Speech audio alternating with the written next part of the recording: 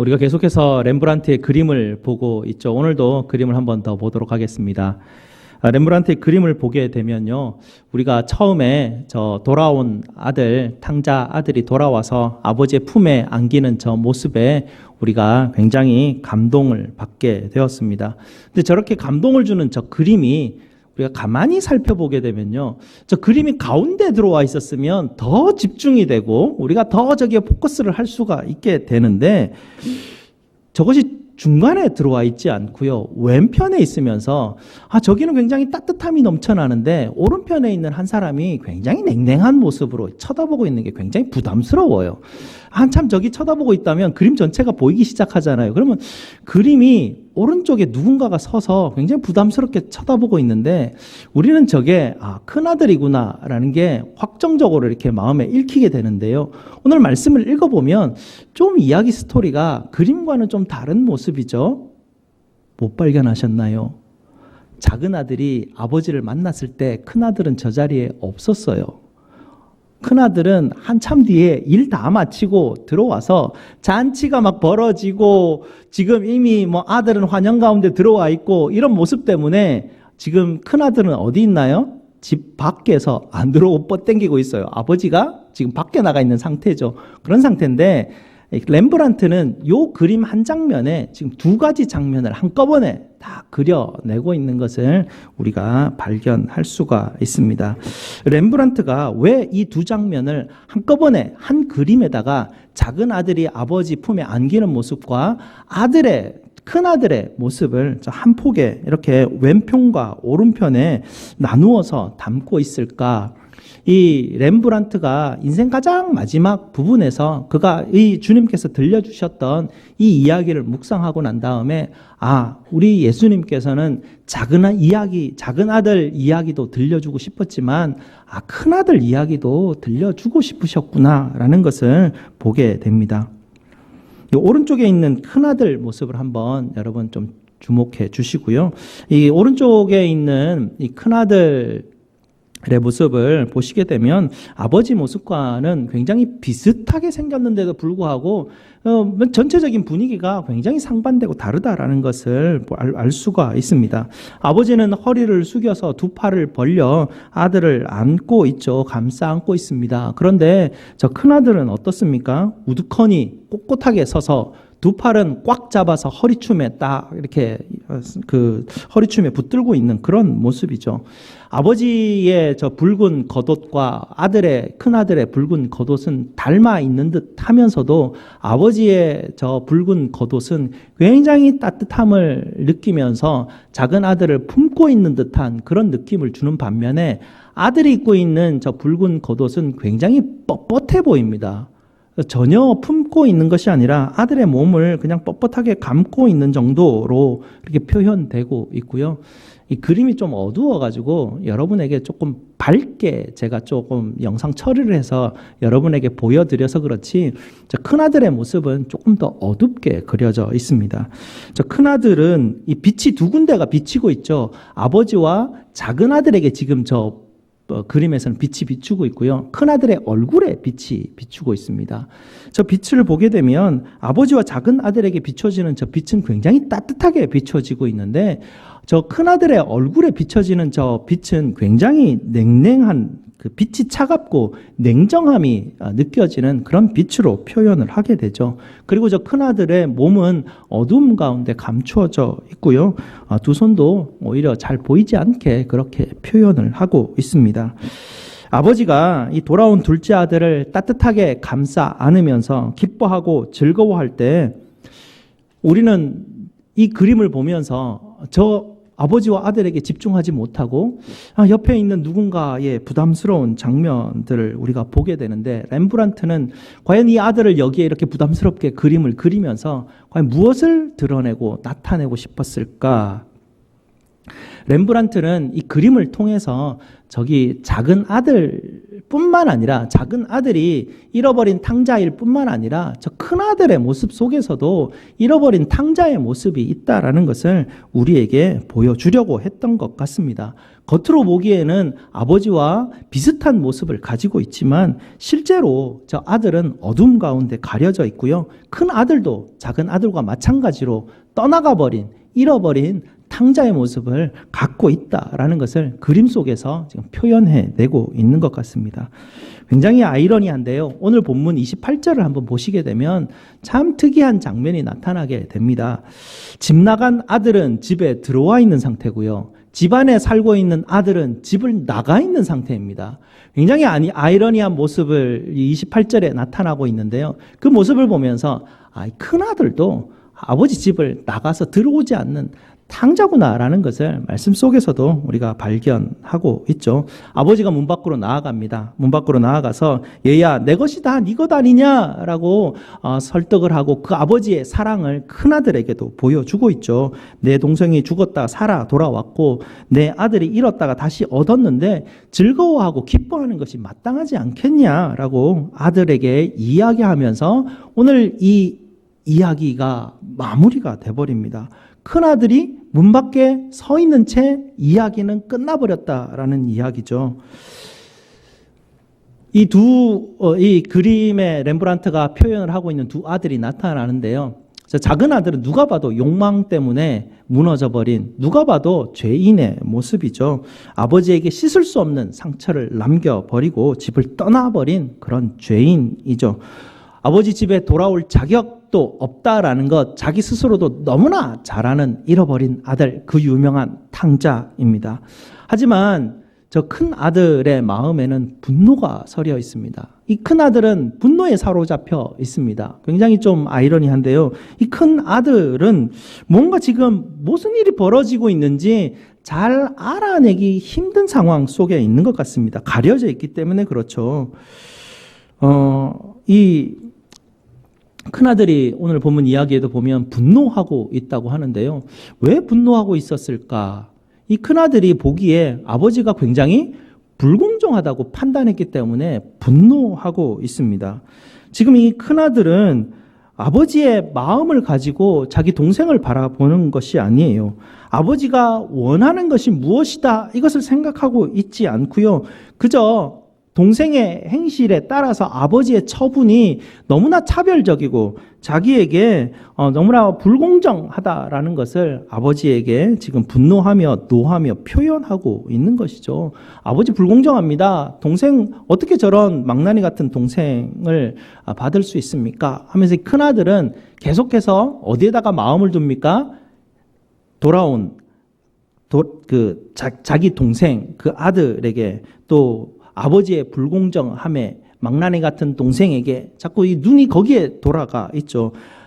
사실 이야기 속에서 보면 아들에게는 아무 문제를 발견할 수가 없습니다. 아들은 집에 있었고 열심히 일을 하고 아들의 하고 있는 말은 아무것도 틀린 말이 없었습니다.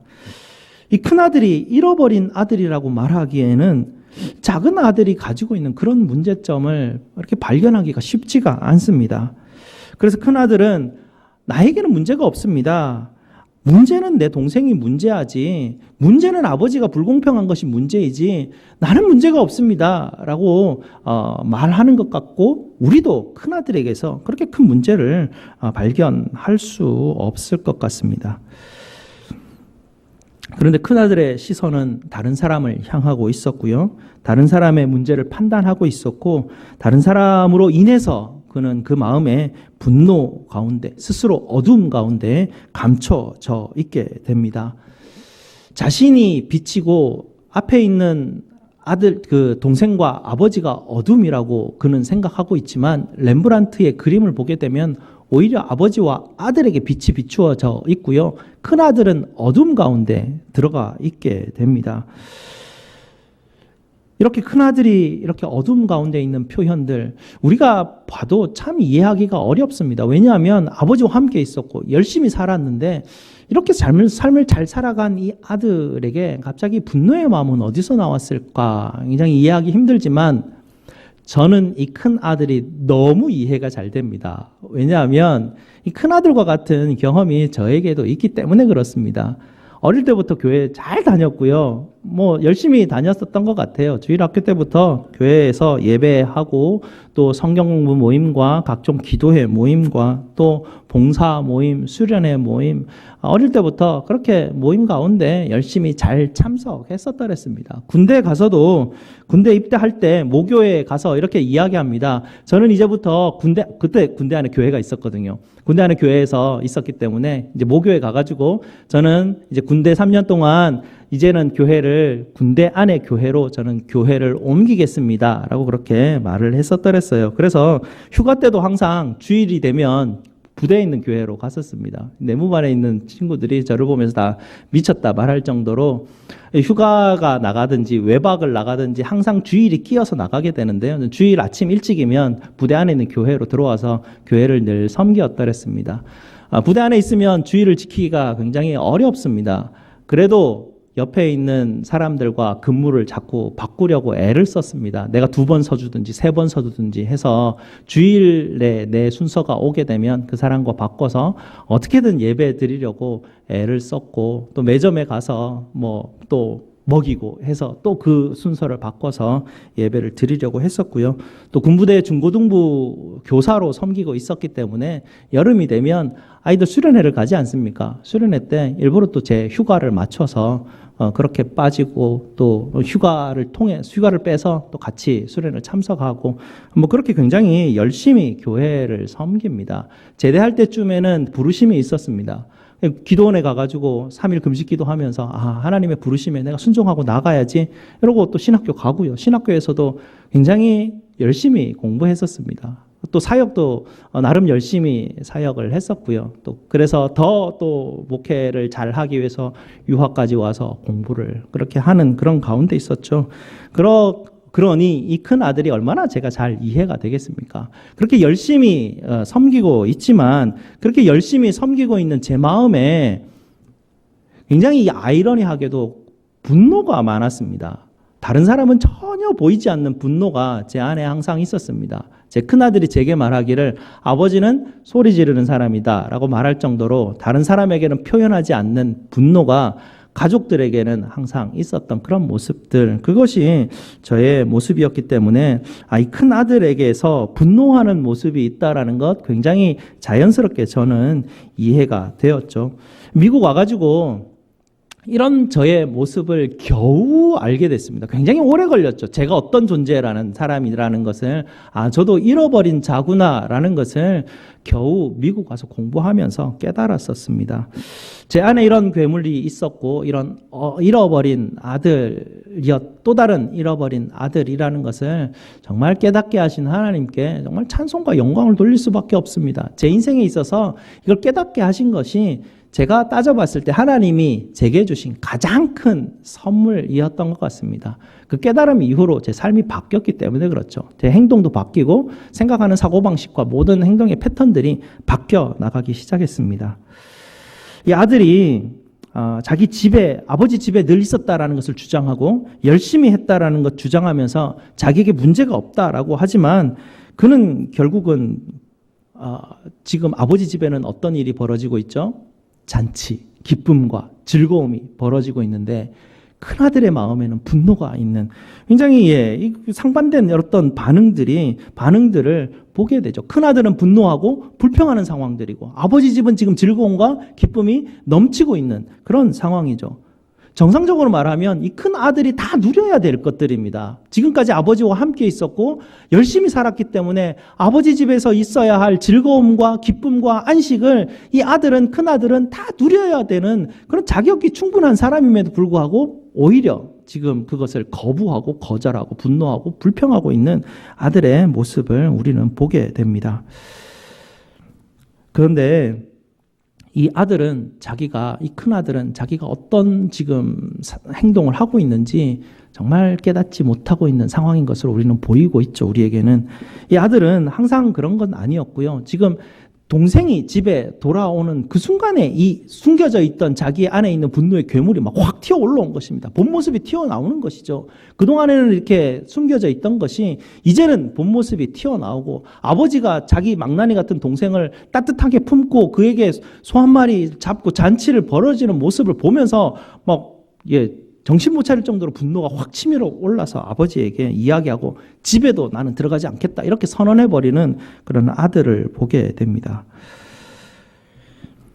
예수님은 우리에게 인생에서 깨달아야 될 가장 중요한 진리를 우리에게 가르치시고자 원하십니다. 이 이야기를 통해서 예수님은 우리에게 작은 아들도 그렇고 큰 아들도 그렇고 우리 모두는 하나님 앞에서 잃어버린 아들이다라는 것을 깨닫기를 원하셨습니다. 그리고 그 잃어버린 아들에게 돌아올 아버지 집이 있다는 것과, 아버지가 정말 그 크신 사랑으로 그 품으로 껴안으시고 품어 안으시는 아버지가 있다라는 것, 그것을 우리 예수님께서는 우리에게 정말 이 진리를 가르쳐 주고 싶으셨습니다.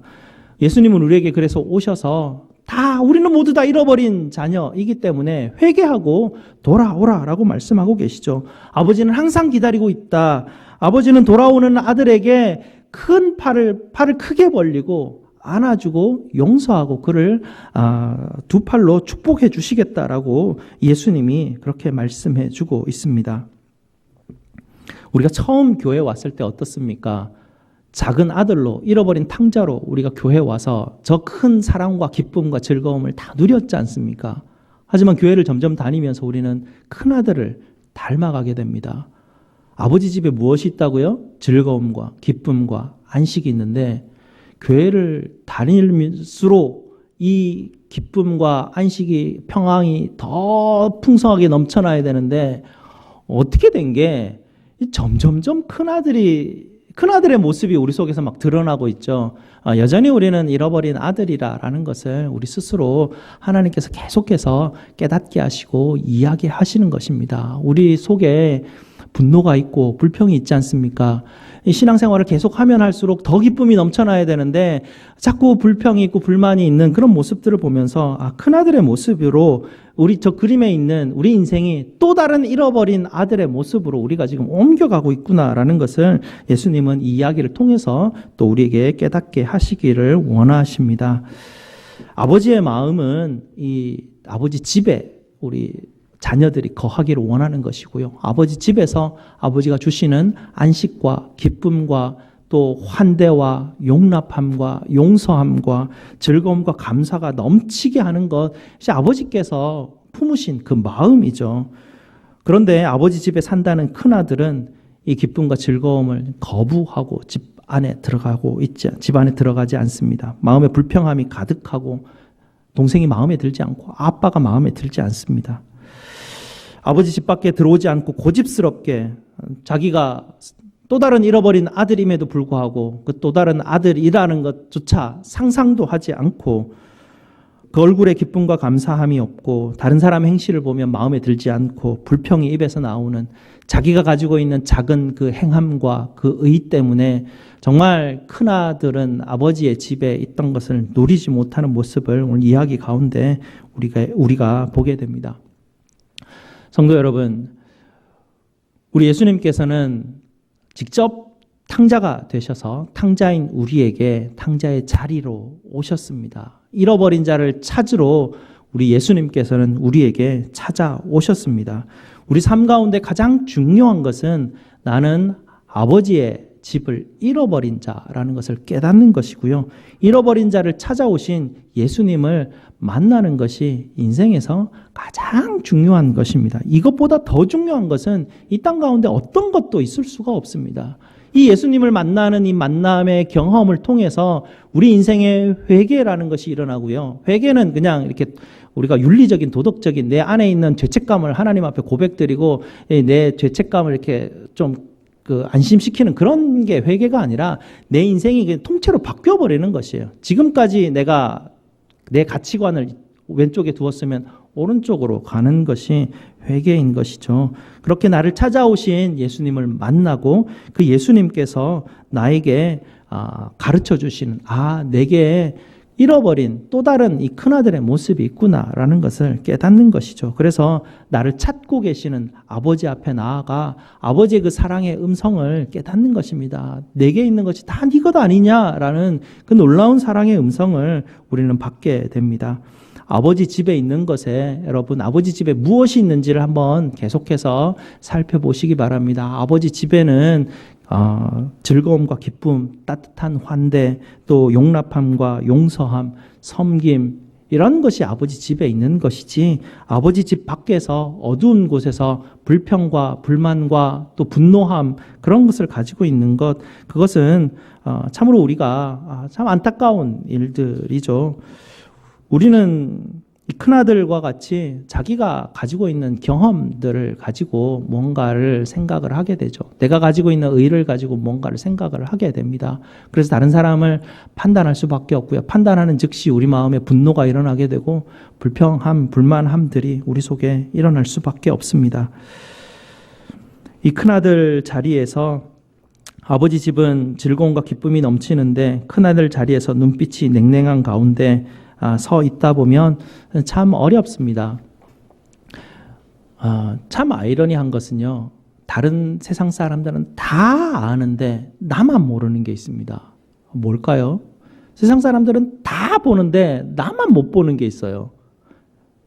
내 눈. 내 눈은 나는 절대로 볼 수가 없어요. 내 얼굴 나는 절대로 볼 수가 없어요.